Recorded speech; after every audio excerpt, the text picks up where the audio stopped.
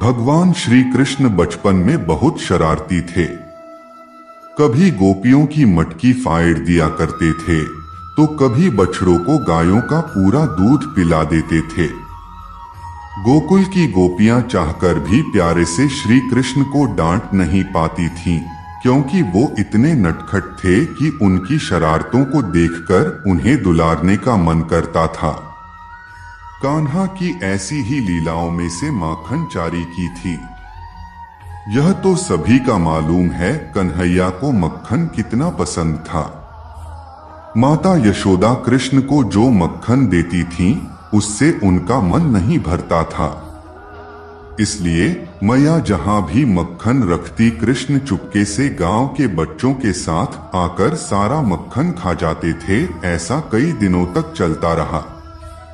जब मैया को कुछ समझ नहीं आया कि माखन कौन चुरा रहा है, तो उन्होंने एक दिन चुपके से मक्खन से भरे छोटे छोटे घड़ों को रस्सी के सहारे ऊपर टांग दिया। लेकिन श्री कृष्ण की नजरों से क्या छुप सकता है, उन्होंने माता को मक्खन रखते हुए देख लिया। अब समस्या यह थी कि मक्खन तक कैसे पहुंचा जाए। काफी सोचने के बाद उन्होंने सभी दोस्तों को इकट्ठा किया और बोले कि सभी एक घेरा बनाओ और उसके ऊपर चढ़कर मक्खन निकाला जाएगा। इस तरह से वह उनके सारे दोस्त पूरा माखन चट कर गए। इसके बाद मैया ने सोचा कि आज तो मैं पता करके ही रहूंगी कि आखिर मक्खन को कौन चुरा कर ले जाता है। मक्खन को मटकी में रखकर ऊपर टांग दिया और छुपकर देखने लगी। कुछ ही देर में कान्हा अपने दोस्तों के साथ वहां पहुंच गए। यह देखकर मैया को पूरी बात समझ में आ गई और जब सभी माखन चुराने लगे तो तभी माता यशोदा पहुंच गई। माता को देखते ही सभी बच्चे वहां से भाग गए, लेकिन श्री कृष्ण मटकी की रस्सी पकड़कर झूल रहे थे।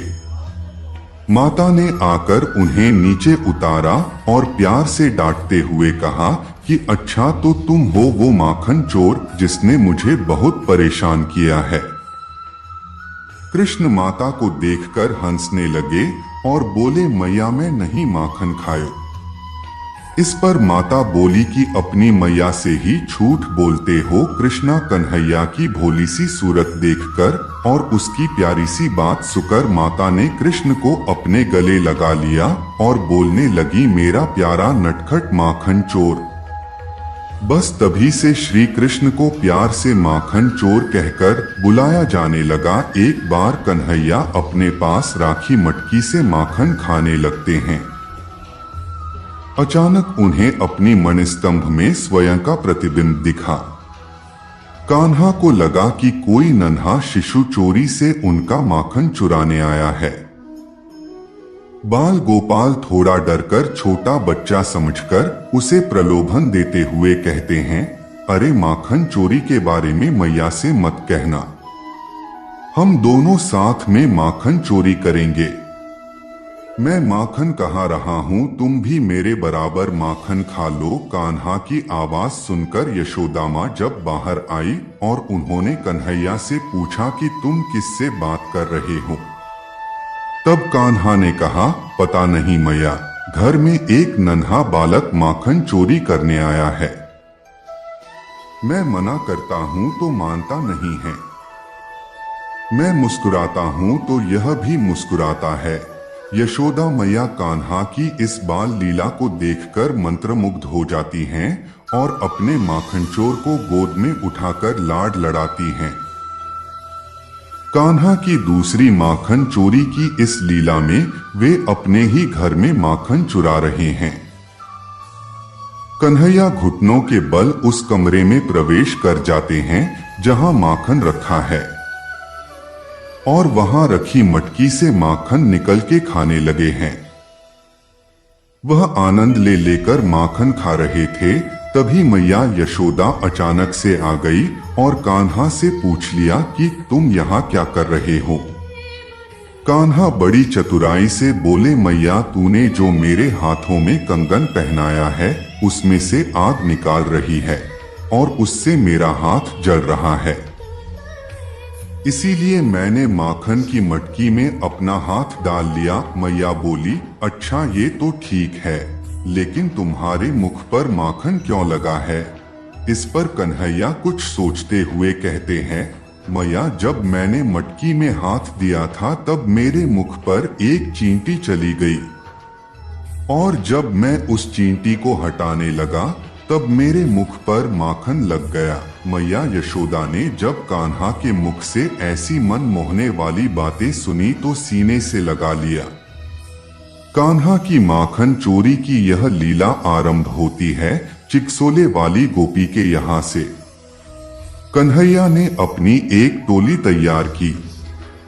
इस टोली में सुबल, मंगल, सुमंगल, सुदामा, तोसन आदि शामिल हैं। इसको आप चोर मंडली भी कह सकते हैं। इस चोर मंडली के अध्यक्ष और कोई नहीं स्वयं कन्हैया थे। एक बार की बात है, कान्हा अपनी टोली के साथ तैयार हुए और योजना बनाई चिकसोले वाली गोपी के घर माखन चोरी करने की। कन्हैया और उनकी टोली गोपी के घर पहुंचे।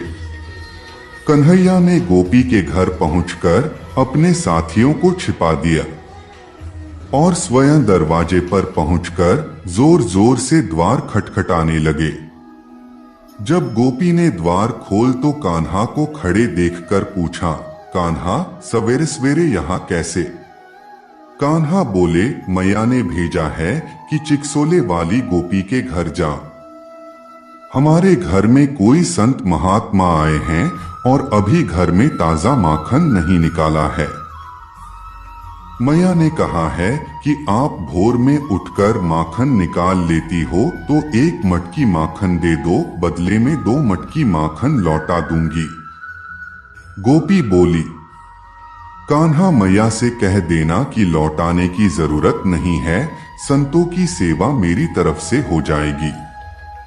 गोपी झट से अंदर गई और माखन की मटकी के साथ कान्हा को मिश्री भी दी। कान्हा की प्रसन्नता की सीमा नहीं थी।